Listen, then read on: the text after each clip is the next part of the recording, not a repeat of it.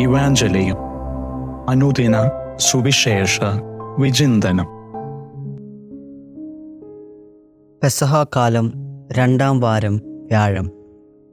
ക്രിസ്തുവിൽ എത്രയും സ്നേഹം നിറഞ്ഞവരെ, വിശുദ്ധ യോഹന്നാൻ്റെ സുവിശേഷം 3-ാം അധ്യായം 31 മുതൽ 36 വരെയുള്ള തിരുവചനങ്ങളാണ് ഇന്ന് തിരുസഭ നമുക്ക് വിചിന്തനത്തിനായി നൽകിയിരിക്കുന്നത്. യേശുവിന് വഴിയൊരുക്കുവാൻ വന്ന വിശുദ്ധ സ്നാപക യോഹന്നാൻ യേശുവിനെക്കുറിച്ച് നൽകുന്ന സാക്ഷ്യമാണ് ഇന്നത്തെ സുവിശേഷത്തിൽ നാം കാണുന്നത്. ഒത്തിരിയേറെ വെല്ലുവിളികൾ നിറഞ്ഞതായിരുന്നു വിശുദ്ധ സ്നാപക യോഹന്നാൻ്റെ ജീവിതം. യേശുവിനെപ്പറ്റി ഇസ്രായേൽ ജനത്തോട് വിളിച്ചു പറഞ്ഞിട്ടും പലരും അവൻ്റെ വാക്കുകൾ വിശ്വസിക്കാതെ കടന്നുപോയി. യേശുവിൻ്റെ വാക്കുകൾ പോലും വിശ്വസിക്കാത്ത ഒരു ജനതയായിരുന്നു അവർ. എന്നാൽ സുവിശേഷത്തിൽ വളരെ വ്യക്തമായി നാം കാണുന്നുണ്ട്, സ്വർഗത്തിൽ നിന്നും വരുന്നവൻ എല്ലാവർക്കും ഉപരിയാണ്. യേശുനാഥൻ സ്വർഗത്തിൽ നിന്നും ദൈവപിതാവിനാൽ അയക്കപ്പെട്ടവനാണ്. ആയതിനാൽ യേശുനാഥൻ എല്ലാവർക്കും ഉപരിയാണ്. സുവിശേഷത്തിൽ വളരെ വ്യക്തമായി പറയുന്നുണ്ട്, പുത്രനിൽ വിശ്വസിക്കുന്നവന് നിത്യജീവൻ ലഭിക്കുന്നു.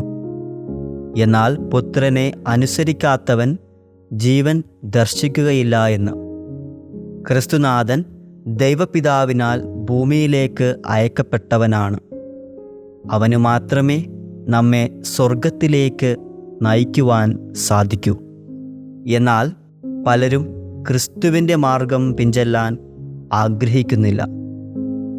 ക്രിസ്തു തന്നെ പറഞ്ഞു വയ്ക്കുന്നുണ്ട്, തന്നെ വിശ്വസിക്കുന്നവൻ തന്നെ അയച്ചവനിലും വിശ്വസിക്കുന്നു. ക്രിസ്തുവിനെ വിശ്വസിക്കാതിരിക്കുന്നത് അവനെ അയച്ചവനെ വിശ്വസിക്കാതിരിക്കുന്നതിന് തുല്യമാണ്. ദൈവം ലോകത്തെ അത്രമാത്രം സ്നേഹിച്ചതുകൊണ്ട് പുത്രനിലൂടെ തന്നെ സ്വയം ദാനമായി നൽകി. സ്വർഗത്തെ ലക്ഷ്യമാക്കി ജീവിക്കുന്ന ഏതൊരു വ്യക്തിക്കും മുമ്പിലുള്ള ഏകമാർഗം ഈ പുത്രനിൽ വിശ്വസിക്കുക എന്നത് മാത്രമാണ്. കാരണം യേശുവാണ് എല്ലാ വെളിപാടുകളുടെയും പൂർത്തീകരണം. അവനിലൂടെ അല്ലാതെ മനുഷ്യന് ഈ ഭൂമിയിൽ വേറെ ഒരു രക്ഷാമാർഗം ഇല്ല. ആയതിനാൽ ക്രിസ്തുവിൽ വിശ്വസിച്ച് ജീവിച്ചുകൊണ്ട് നമ്മുടെ തന്നെ ജീവിതത്തെ മറ്റുള്ളവരുടെ മുമ്പിൽ ഒരു സന്ദേശമാക്കി മാറ്റുവാൻ നമുക്ക് പരിശ്രമിക്കാം.